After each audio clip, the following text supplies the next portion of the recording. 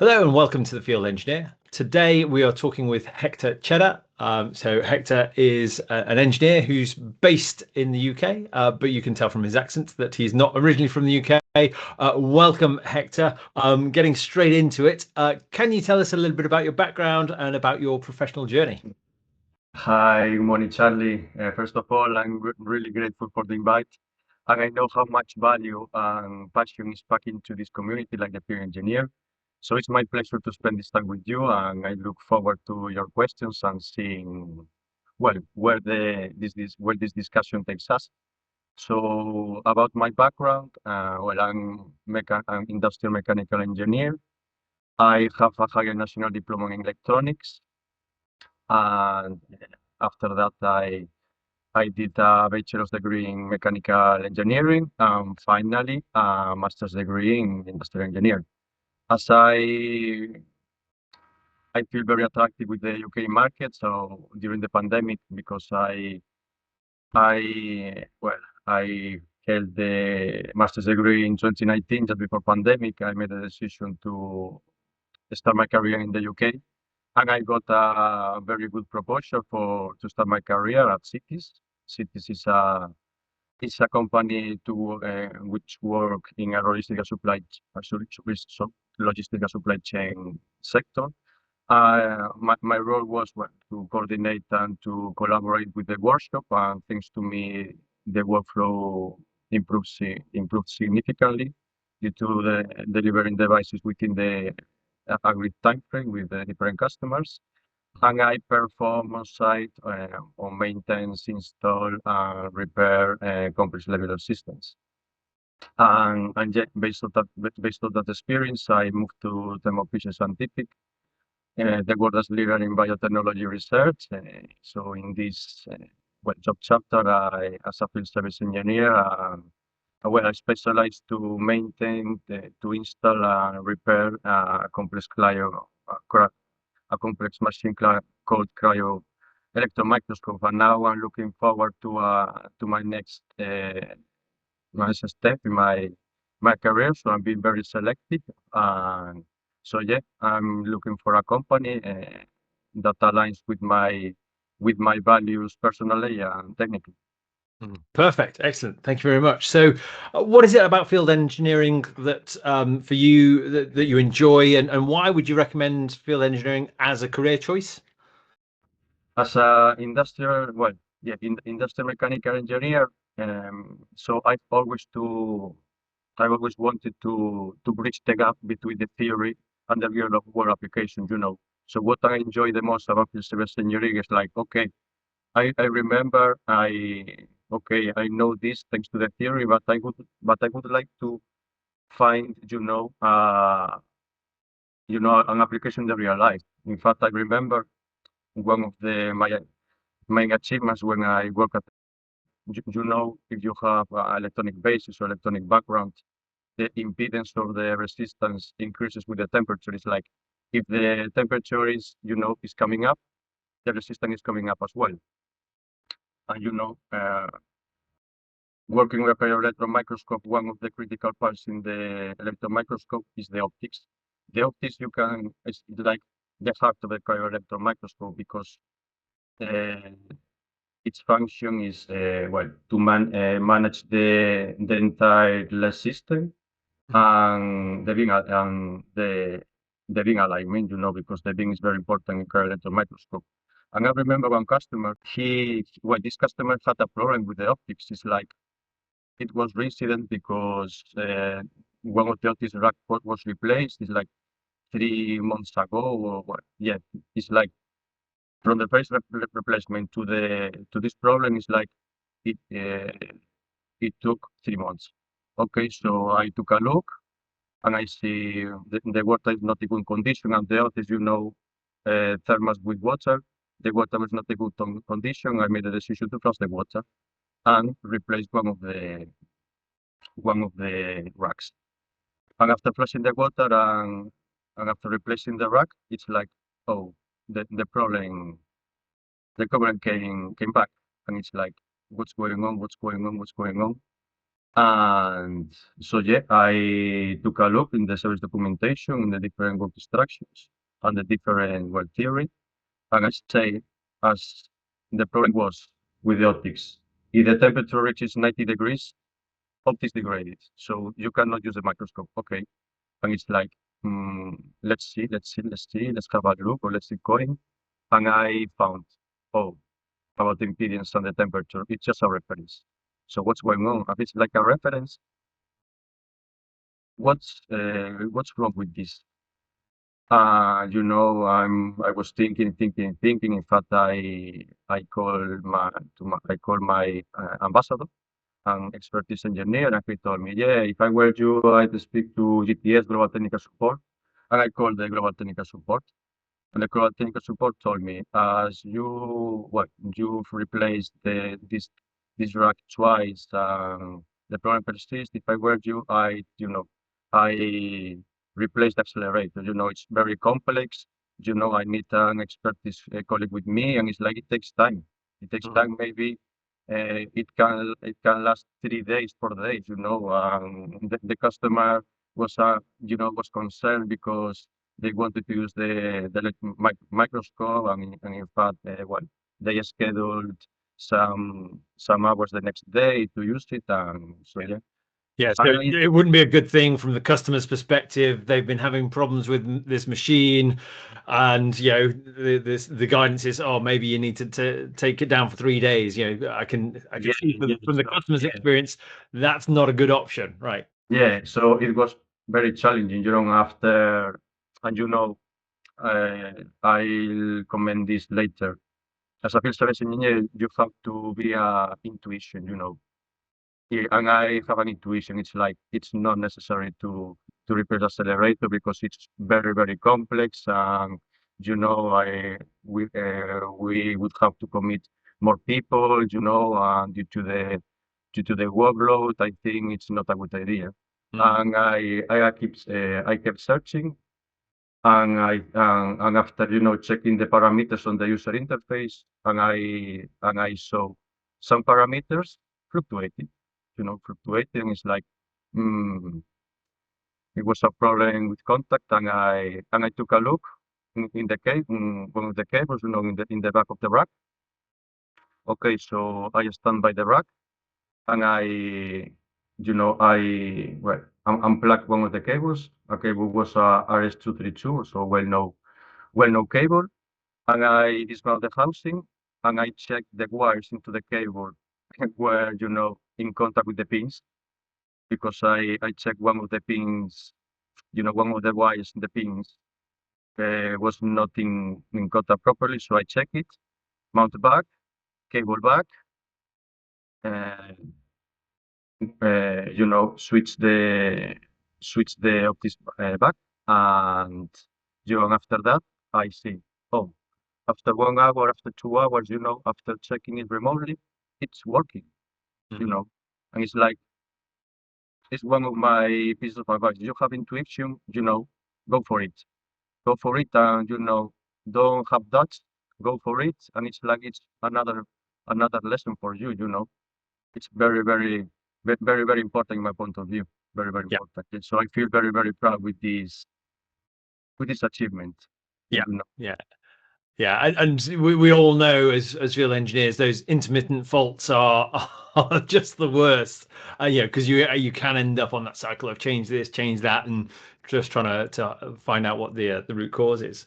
I think you've touched on this, but I'm going to ask, what are the skills that you need to be an excellent field service engineer? What is it that you would value the most? I would ask. So in my experience, you need to have some pillars. So the first one is like confidence through mastery. I mean, one of my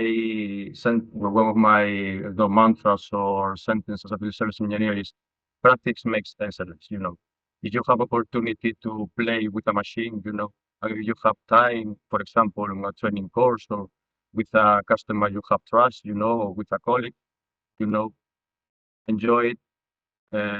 It's very, very important, because if you can experience now, you can make your own notes for the future, And so, yeah, it's very, very important because, well, if you start your career as field service engineer, you realize you have to, well, you need to have, some skills under your belt, and I think it's very, very important for yourself, because I don't know, time will tell, maybe your life will change, but I think it's very, very, very, very important to, to gain certain skills in the future, and if you have a curiosity, and I think it's very, very important. Another one is resilience and continuous learning because you have up to date every single day, every single time. And the resilience is very important because uh, you'll make mistakes. You make mistakes, and it's very important to write these mistakes down. In fact, I made my own notes. Technical. What do you know? Like a technical notebook, a technical. And it's very, very important because it's like, okay, as I made this mistake, I identify well, what's the right what if I did this okay or if I don't do this okay. So yeah, it's very, very, very, very, very, very, very, very important. And it's another way to speed up my learning skill. And another one, and I think is the most underrated skills, is emotional intelligence because, okay, you coming on site and you have to manage not just the machine, but also the customer's mood. And I recognize some customers are very challenging, because, this customer, okay, you like this customer, but, one day is very good, but another day due to, well, certain reasons, their mood is not the best, So yeah, so in fact, I've learned some techniques to manage this type of pressure, to manage this energy. And so yeah, if you work in a demanding sector like medical devices or even biotechnology research, they are very, very, very valuable, because after all, the most important is your health, And if you are willing to develop your career as field service engineer, it's very, very important, not just getting hard skills, but also managing the pressure and communicate effectively with the customers, Yeah.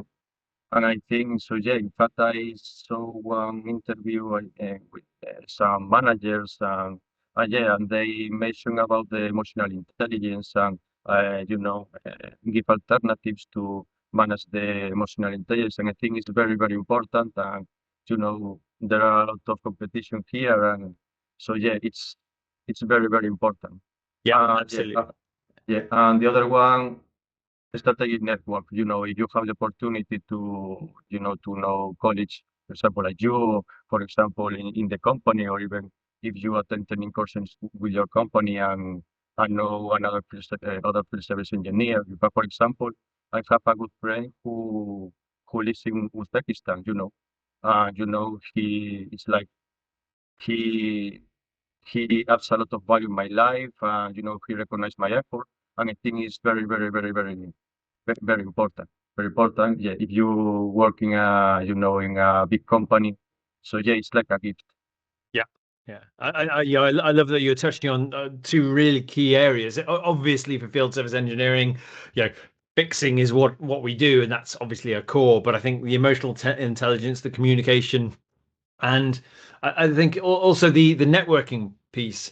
Often as service engineers, there might be some engineers who go out as a group and do large installations, but invariably we're on our own, we're in front of the customer, and having those ties and establishing those ties with colleagues can be a little bit more challenging. Yeah, we're not all in an office together, and so maintaining those relationships, I think, is key for me, from my background as well. I think maintaining relationship with other parts of the business, the salespeople, the salespeople are going to be going into the same customers, and being on the same page and knowing what's going on in terms of where the sales cycle is at. Is this customer looking to buy something new? Is the product coming towards the end of its life? I think having that relationship and that knowledge and that interaction, I think, is really key for delivering really good service as well. So thank you for that. One thing that often comes up for field service engineers is obviously we travel, we can be away from home a lot. How do you find balancing that work and home life and social life? I feel if you are a field service engineer, the most important, well, I think it's not just as a field service engineer, but also for many, jobs, even for a field service manager, or field service supervisor, or account manager. Try to manage your own energy. It's like maybe it could sound very strange or very aesthetical, but if you manage your own energy, if you keep calm and you be confident, it's like you have a lot of power. Mhm. In my case, when I when I'm not working, I love running. And if you run, you have to be very disciplined. You have to take care your when you sleep, you have to take care your nutrition. And it's very, very important. It's like I love running, not just it's a therapy for me, but also it's like if you want to run, for example, a half marathon or a marathon, or a trail run, you have to be disciplined, and you have to take care of your body, you have to take care of your thoughts. And I feel it's an important match as a field service engineer, because it's a stressful, very, very stressful. For example, I drink a lot of water, because if you are very stressed, if you drink a lot of water, your nervous system is better. And it's like, okay, so let's find advantages and similarities between, as a field service engineer and as a runner. It's like another choice to maintain a high performance.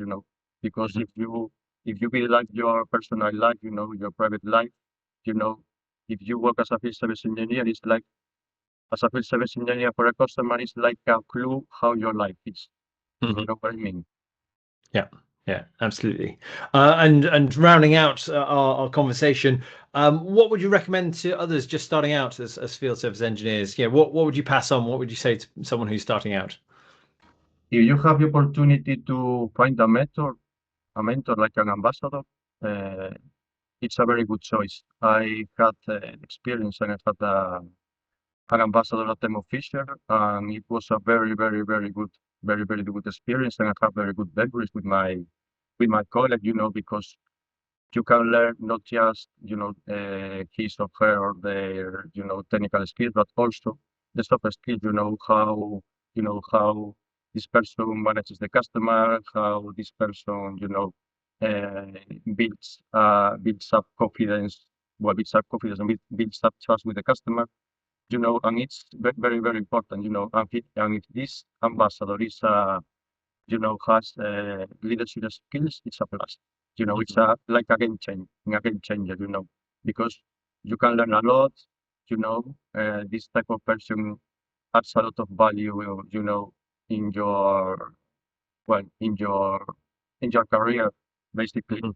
So yeah, I think it's a plus. Excellent. Hector, that's a really good note on which to finish. Thanks very much for your insights and your thoughts. It's been a pleasure speaking with you.